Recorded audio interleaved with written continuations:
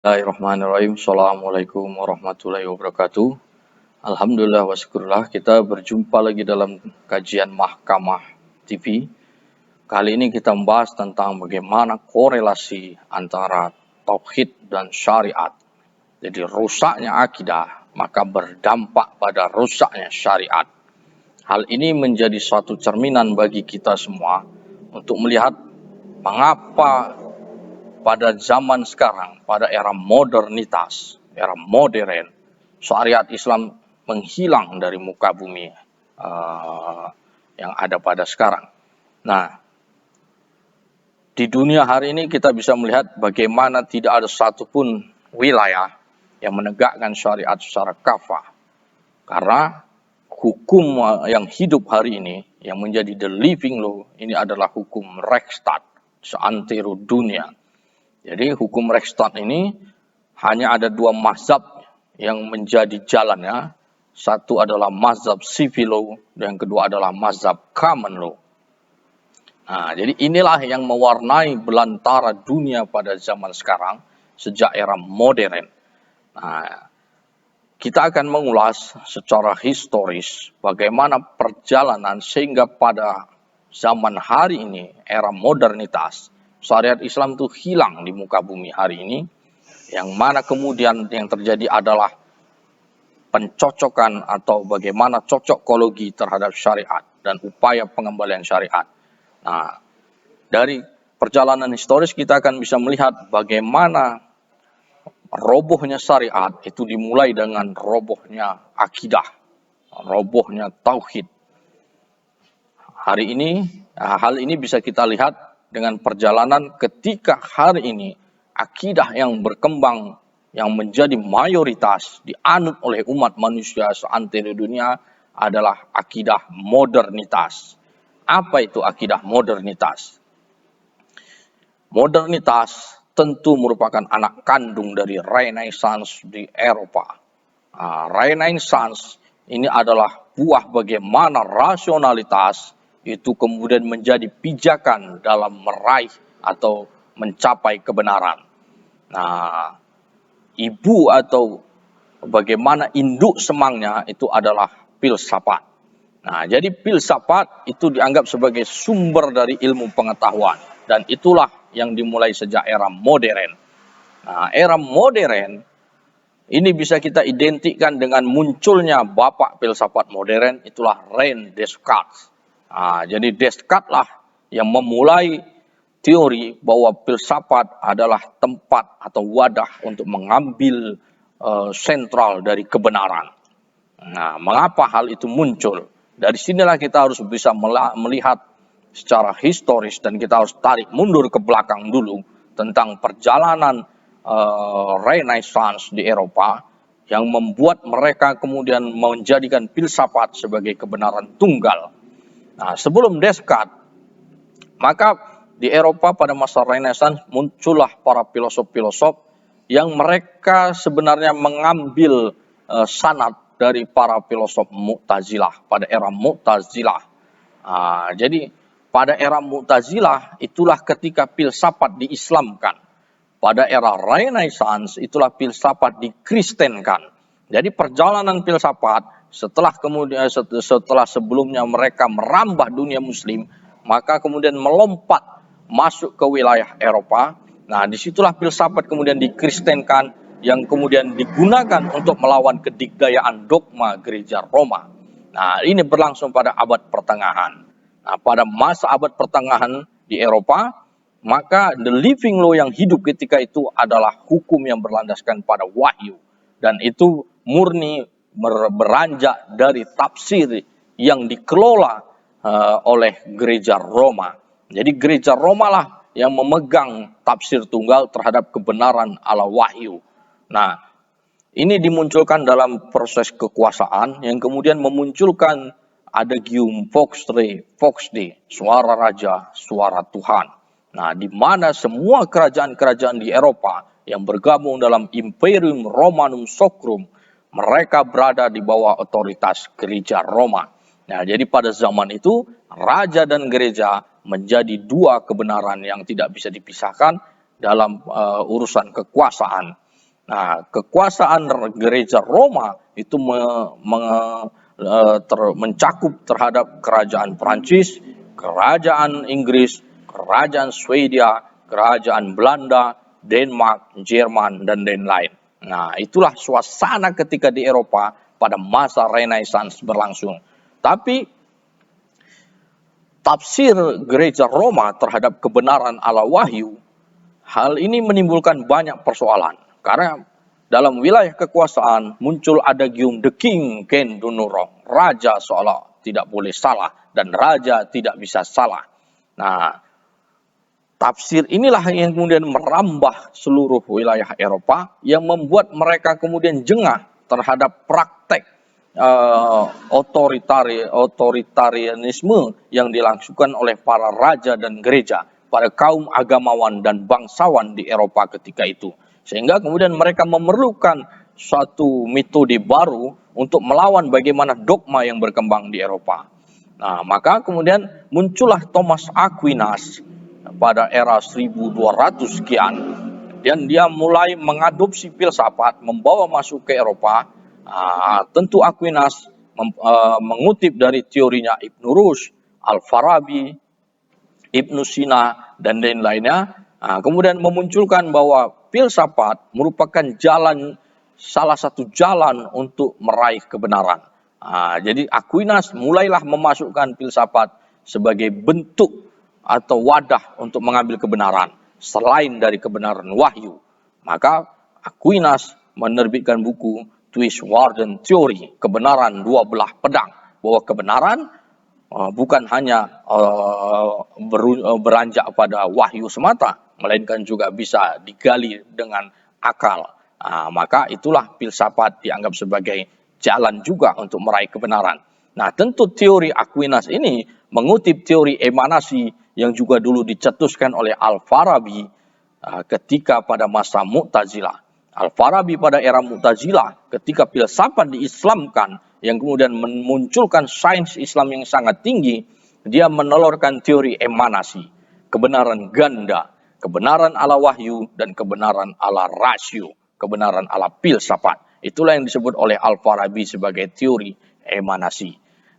Jadi jalan itulah yang kemudian diambil oleh orang-orang Eropa untuk melancarkan yang namanya Renaissance, yang artinya berpikir kembali. Nah, jadi di balik tragedi Renaissance itu, motifnya adalah untuk mengimbangi dogma gereja Roma yang ketika itu sangat dominan, yang menjadi akidah sangat dominan. Nah, suasana di Eropa pada masa abad pertengahan itu adalah dilanda seperti Jabariyah, pada dunia Nasrani. Jadi akidah bisa para ulama sudah memberikan satu penggolongan tentang bagaimana bentuk akidah. Secara garis besar, maka akidah itu adalah Jabariyah, bahwa dianggap bahwa segala sesuatunya adalah datang dari Tuhan. Manusia dianggap tidak berhak untuk menentukan atau mengambil peran dalam terhadap semua perbuatan. Nah, jadi baik dan buruk semuanya harus diterima. Nah, inilah akidah Jabariyah yang ketika itu berkembang mayoritas di Eropa pada abad pertengahan, sehingga puncaknya adalah memunculkan the king can do no wrong. Seorang raja dianggap sebagai wakil Tuhan dengan adagium vox rei vox dei, suara raja, suara Tuhan. Maka raja sekalipun tidak bisa dinyatakan salah, karena raja dianggap sebagai wakil Tuhan di muka bumi dalam menjalankan otoritasnya. Nah, dalam praktek kemudian raja banyak melakukan penyimpangan-penyimpangan, ketiranian yang kemudian mengatasnamakan agama. Nah, hal inilah yang kemudian mendapatkan perlawanan-perlawanan pada para filosof di Eropa dengan melancarkan yang namanya Renaissance. Renaissance itulah bentuk perlawanan bahwa kebenaran bukan mutlak di tangan gereja Roma, melainkan kebenaran juga datang dari akal. Nah, itulah era skolastik, di mana para filosof ketika itu masih mengakui adanya kebenaran ala wahyu. Jadi era skolastik ini disebut dengan pra-era modern. Pra-modern inilah masih adanya diakui kebenaran itu masih bersifat dua. Nah, kemudian muncullah René Descartes mengatakan bahwa kebenaran haruslah mutlak yang berasal dari hasil penyelidikan rasio manusia. Descartes lah yang memunculkan bahwa kebenaran itu harus bersumber dari satu, yaitu adalah filsafat. Jadi Descartes mengatakan bahwa filsafat adalah di mana manusia, alam semesta, Tuhan, dan lain-lainnya merupakan ajang penyelidikan manusia. Nah, dengan teorinya yang sangat dikenal sampai hari ini, cogito ergo sum, bahwa aku berpikir maka aku ada. Jadi Descartes lah yang memulai bahwa jalan pengambilan kebenaran adalah mutlak, harus dengan menggunakan filsafat.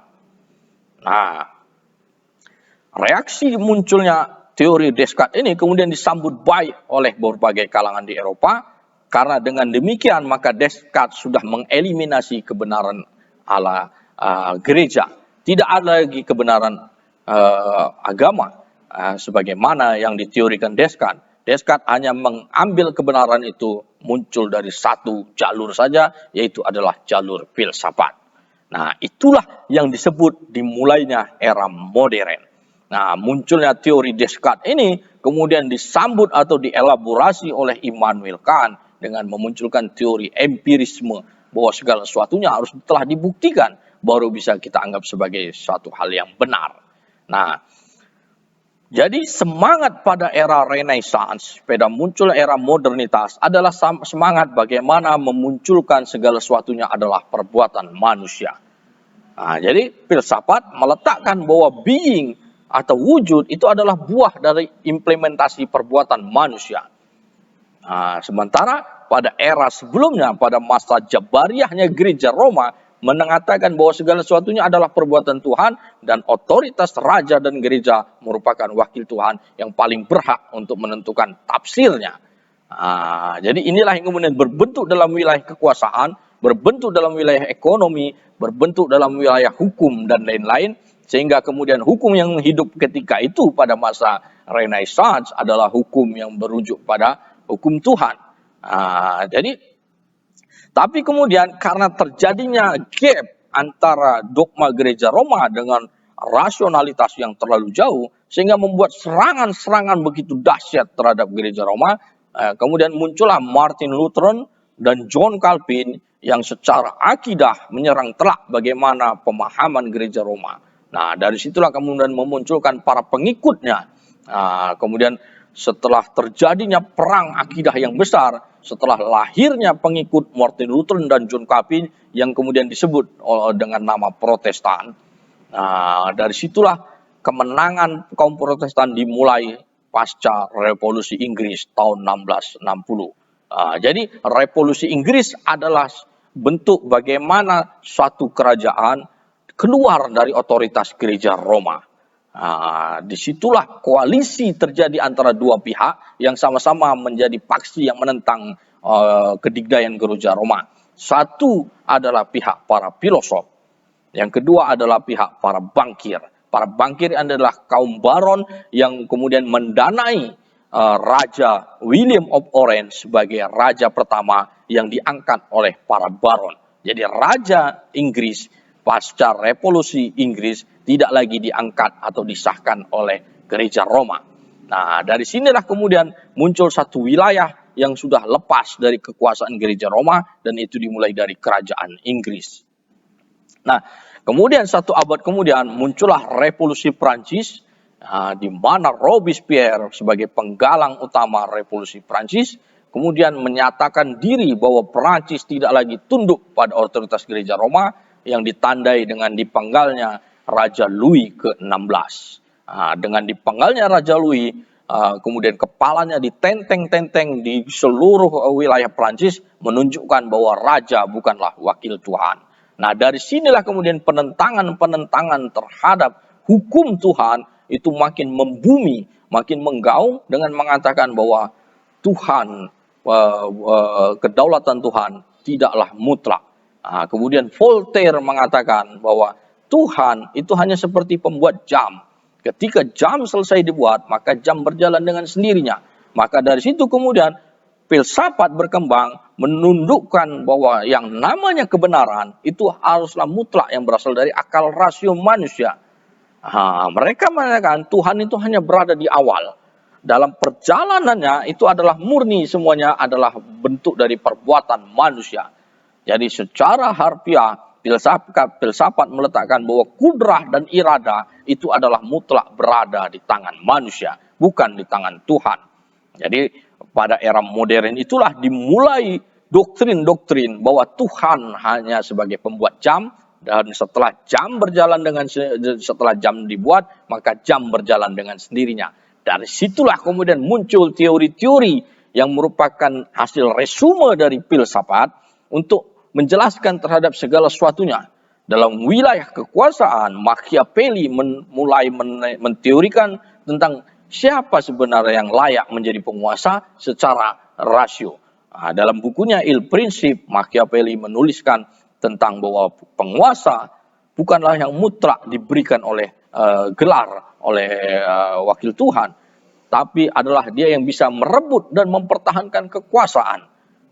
Inilah teori Machiavelli yang sampai hari ini masih dianut. Yang kemudian muncullah teori Montesquieu dengan bahwa kekuasaan tidaklah bersifat absolut. Kekuasaan haruslah dengan check and balance system. Maka kemudian kita kenal dengan teori trias politica. Kekuasaan harus mutlak dilakukan saling check and balances, bahwa munculnya eksekutif harus dikawal oleh legislatif, dan legislatif harus dikawal oleh yudikatif. Nah, inilah yang menjadi format modern state dimanapun belahan dunia hari ini. Nah, kemudian muncul lagi John Wooden dengan teori sovereignty, bahwa satu kerajaan haruslah berdaulat penuh. Tidak ada lagi intervensi terhadap seorang raja. Nah, jadi demikianlah dulu bagaimana perlawanan-perlawanan para filosof politik yang untuk menyuarakan tentang bagaimana kekuasaan yang ideal. Nah, dari situlah kemudian muncul yang namanya Thomas Hobbes. Dalam bukunya Leviathan, Hobbes dengan tegas bahwa manusia itu adalah binatang yang berpikir. John Logicon. Hobbes menunjukkan dengan teori Homo homini lupus, bahwa manusia adalah saling memangsa satu sama lain. Nah, dari situ Hobbes menunjukkan bahwa manusia itu sepenuhnya dilandasi sifat binatang buas yang harus dibungkus dengan yang namanya aturan bersama. Hobbes sudah memunculkan yang disebut dengan teori kontrak sosial.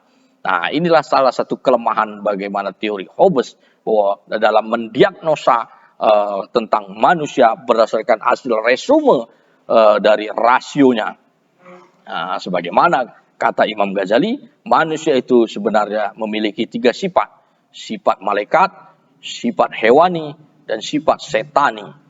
Hobbes hanya mendefinisikan bahwa manusia itu yang mutlak adalah homo homini lupus. Manusia saling memangsa satu sama lain, dan itu pertanda Hobbes hanya mampu mendiagnosa manusia itu hanya bersifat hewani, bersifat hewan. Sehingga kemudian dengan sifat hewan itu Hobbes menunjukkan diperlukannya satu aturan bersama yang bisa mengontrol seluruh kehidupan manusia. Nah, kemudian setelah Hobbes kita bisa melihat munculnya Jean-Jacques Rousseau. Rousseau mengatakan bahwa manusia haruslah dibekali dengan hukum bersama, yang itu yang kita kenal dengan kontrak sosial. Nah, dari situlah kemudian eliminasi terhadap hukum Tuhan dimulai. Nah, jadi dari Machiavelli sampai Rousseau kita bisa melihat bagaimana diagnosa mereka terhadap sebuah kekuasaan tidak lagi merujuk kepada kedaulatan Tuhan. Nah, Robespierre pada Revolusi Prancis kemudian menggunakan teori Rousseau. Nah, dalam Revolusi Prancis adalah kudeta terhadap otoritas gereja Roma dan kudeta terhadap yang namanya raja sebagai wakil Tuhan. Maka adagium yang berkembang pada Revolusi Prancis adalah egalite, fraternite, dan liberty. Apa itu egality? Egality adalah keadilan. Apa yang dimaksud dengan keadilan? Keadilan adalah hukum yang merujuk kepada rasio manusia. Kemudian fraternite. Fraternite adalah kebersamaan. Apa yang dimaksud dengan persaudaraan? Persaudaraan sesama pengikut kaum Protestan yang menentang terhadap gereja Roma. Itulah definisi fraternite yang berkembang pada masa Revolusi Prancis. Kemudian liberty, kemerdekaan. Apa yang dimaksud dengan merdeka? Merdeka dari otoritas hukum Tuhan. Karena dengan filsafat maka meletakkan kudrah dan irada sepenuhnya berada di tangan manusia. bahwa kedaulatan Tuhan tidaklah mutlak. Karena Tuhan hanya didudukkan sebagai pembuat jam, sebagaimana serangan-serangan Voltaire terhadap kedaulatan Tuhan. Nah, dari sinilah kita bisa melihat bagaimana pengaruh Descartes dalam filsafat yang kemudian melahirkan bahwa hukum adalah mutlak dibuat oleh manusia.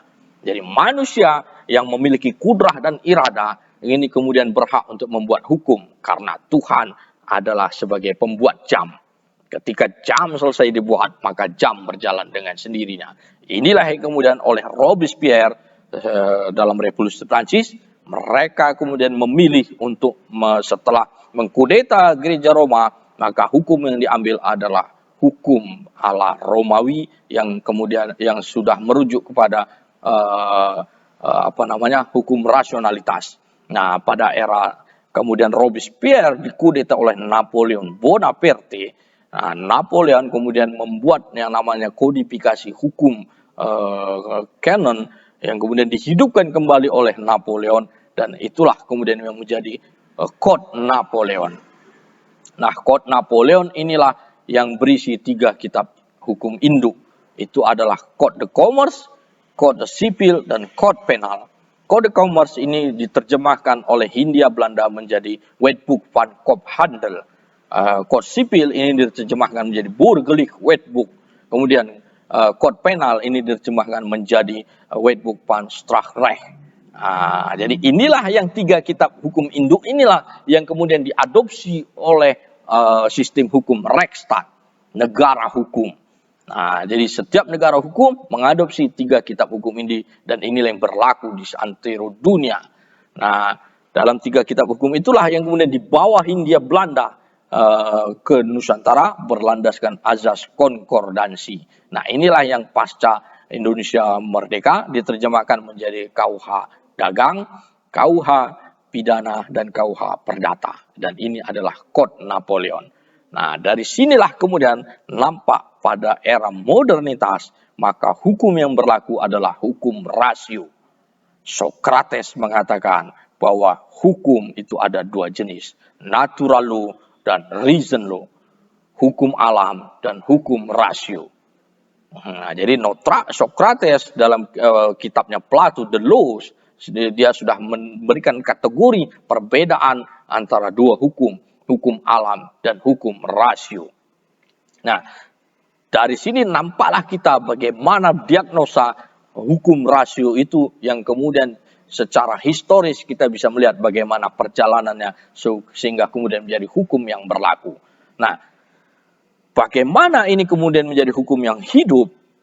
Tentu ini dipengaruhi dari perusakan akidah yang dimulai ketika era modernitas. Ketika filsafat meletakkan bahwa Tuhan hanya sebagai pembuat jam. Ketika jam selesai dibuat, maka jam berjalan dengan sendirinya. Efek dari teori ini adalah bahwa manusia berhak untuk membuat hukum sendiri. Manusia berhak untuk mengatur pola kekuasaan sendiri. Manusia berhak untuk mengatur sistem keuangan sendiri. Inilah yang kemudian menjadi replika atau modul dalam setiap era setiap modern state, bahwa sistem kekuasaan itu diatur oleh yang namanya politik. Politik tentu adalah satu mazhab untuk jalan melihat kekuasaan sebagaimana datang dari Machiavelli kemudian sampai kepada Rousseau tadi. Kemudian dalam sistem hukum maka muncullah positivisme di mana bentuk dari proses resume rasio manusia, dan inilah yang menjadi hukum yang hidup. Nah, dalam wilayah ekonomi atau moneter kita melihat bagaimana pengaturan keuangan itu berlandaskan pada azas rasio manusia yang memunculkan yang namanya banking system. Jadi 3 wilayah kekuasaan yang menjadi dominan dalam kehidupan manusia ini adalah muncul yang dari filsafat. Jadi sistem hukum, sistem politik, sistem kekuasaan, dan sistem ekonomi dimulai dari induknya adalah filsafat.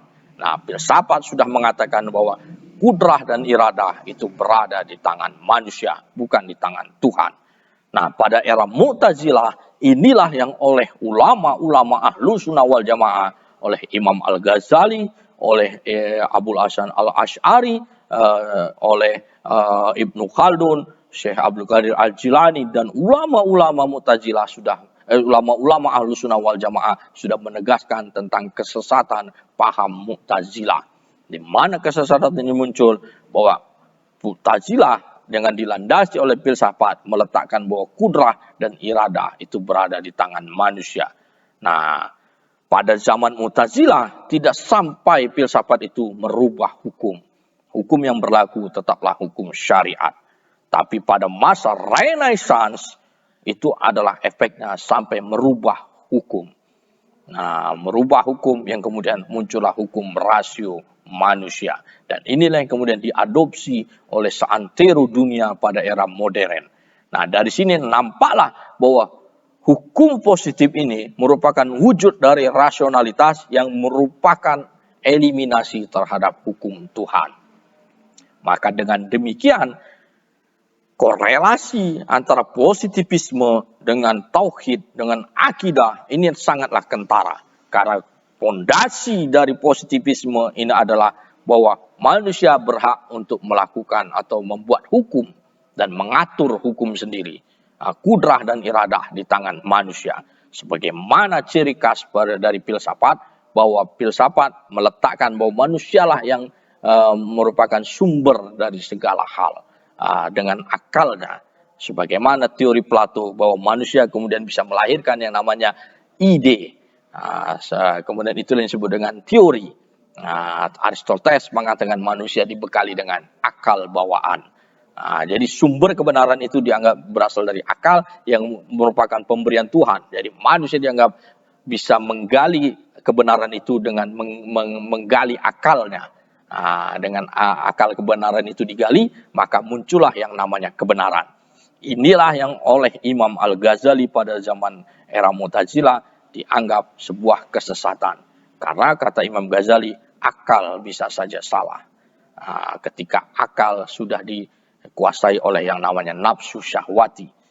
Jadi dari sini nampaklah bahwa peringatan ulama-ulama Ahlus Sunnah wal Jamaah era dulu ketika munculnya filsafat dalam Islam yang kemudian menjadi parameter utama kaum Mu'tazilah yang kemudian memunculkan tragedi Al-Mihnah di mana ujian ketauhidan, maka apa yang mereka khawatirkan kemudian nampak kejadian yang sebenarnya pada era modern. Kemudian filsafat diadopsi oleh orang-orang Eropa sehingga memunculkan yang namanya positivisme, yang memunculkan yang namanya banking system, dan kemudian munculkan yang namanya politik. Nah, inilah ajas yang dominan yang menjadi akidah besar yang hidup di dunia pada hari ini. Tentu filsafat adalah wilayah qadariyah. Mereka tidak lagi percaya terhadap qada dan qadar. Karena manusia dianggap yang menciptakan perbuatan. Jadi manusia yang dianggap bisa membuat takdir itu sendiri dan bukan datang dari Tuhan. Dengan dalih itulah manusia bisa membuat hukum sendiri, membuat sistem keuangan sendiri tanpa lagi merujuk kepada fitrah hukum yang datang dari Tuhan. Nah, kemudian inilah karakteristik yang terjadi pada era modern. Maka yang hukum yang hidup hari ini adalah hukum rasio. Nah, hukum rasio inilah yang kemudian menjadi malapetaka dalam dunia kaum muslimin hari ini. Malapetakanya adalah ketika kaum muslimin terjebak dengan adagium positivisme ini, sehingga kemudian hukum Islam atau syariat diletakkan di bawah hukum positif. Jadi hukum positif ini dianggap menjadi parameter untuk bagaimana berlakunya syariat. Maka seolah-olah syariat boleh berlaku apabila muncul dalam suatu statblad atau suatu undang-undang. Jadi sholat tidak memerlukan undang-undang, maka kaum muslimin tetap melaksanakan sholat dengan merujuk pada fikih sholat. Puasa pun demikian, hanya merujuk pada fikih yang sebagaimana sudah diatur dalam Al-Quran dan Sunnah, maka umat Islam bisa menjalankan puasa. Demikian juga syahadat. Tapi dalam hal wilayah zakat, maka terjadi perbedaan. Maka adanya fikih zakat dan adanya undang-undang zakat. Nah, inilah bentuk bagaimana salah satu metode kita bisa melihat bagaimana legislasi syariah. Jadi syariat diletakkan di bawah hukum positif. Maka muncullah undang-undang bank syariah, muncullah yang namanya asuransi syariah, muncullah yang namanya perda syariah. Nah, jadi syariah diletakkan di bawah positivisme. Sementara syariat adalah wilayah hukum yang berbeda, sebagaimana Socrates mengatakan bahwa hukum itu terdiri dari dua, reason law dan natural law. Maka tidak bisa natural law diletakkan di bawah reason law. Ini adalah satu kekeliruan. Nah, jalan yang kita perlukan adalah bagaimana mengamalkan syariat, karena sumber syariat adalah Al-Quran dan Sunnah. Sebagaimana dalam hal sholat, maka kita tidak memerlukan aturan dalam hukum positif untuk melaksanakan sholat. Cukup dengan mengikuti pada Al-Quran dan Sunnah dan fikih yang sudah mengaturnya.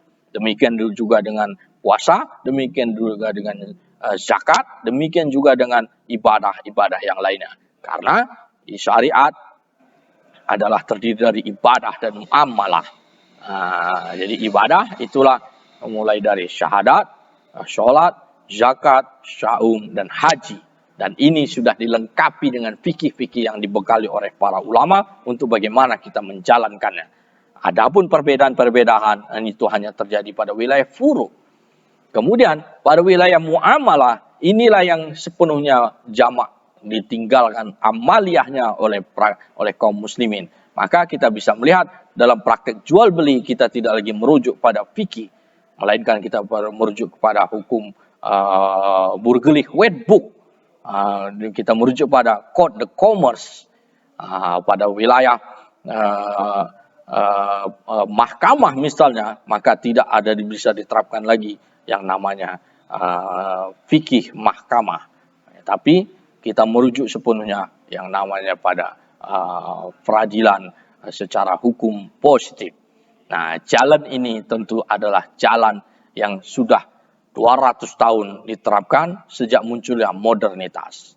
Maka jalan kembalinya kaum muslimin adalah dengan kembali mengamalkan praktek-praktek syariat sebagaimana yang dulu dijalankan kaum muslimin pada era Rasulullah sampai era sebelum Tanzimat di Utsmaniyah. Nah, jadi mudah-mudahan ini bisa memantik cara berpikir kita sehingga kita bisa melihat bagaimana korelasi tegaknya syariat dimulai dengan tegaknya tauhid. Runtuhnya syariat dalam perjalanan historis adalah dimulai dengan runtuhnya akidah. Ketika akidah modernitas yang muncul, maka itulah yang menjadi pondasi untuk melaksanakan syariat. Ketika akidah Ahlus Sunnah wal Jamaah itu rubuh, maka syariat pun rubuh. Nah, maka jalan kita adalah mengembalikan tauhid agar kita bisa memahami bahwa sepenuhnya adalah perbuatan Allah Subhanahu wa taala sebagaimana dalam firman Allah Subhanahu wa taala, auzubillahi minasyaitonirrajim, wallahu khalaqakum wa ma ta'malun. Bahwa Allah lah yang menciptakan dirimu dan segala perbuatan. Jadi untuk urusan ini terhadap wilayah hukum, wilayah kekuasaan, wilayah moneter dan wilayah-wilayah lainnya adalah sepenuhnya tunduk pada hukum Allah. Jadi jalan kita untuk mulai tegaknya tauhid adalah dimulai dengan tasawuf. Karena tasawuf adalah wilayah tazkiyatun nafs sehingga membawa kita untuk bisa memahami bagaimana kudrah dan iradah itu adalah mutlak di tangan Allah Subhanahu wa taala. Demikian untuk menjadi pengantar dan pemantik untuk kita berpikir kembali tentang bagaimana tegaknya syariat yang dimulai dengan tegaknya tauhidullah. Wabillahi taufiq wal hidayah. Wassalamualaikum warahmatullahi wabarakatuh.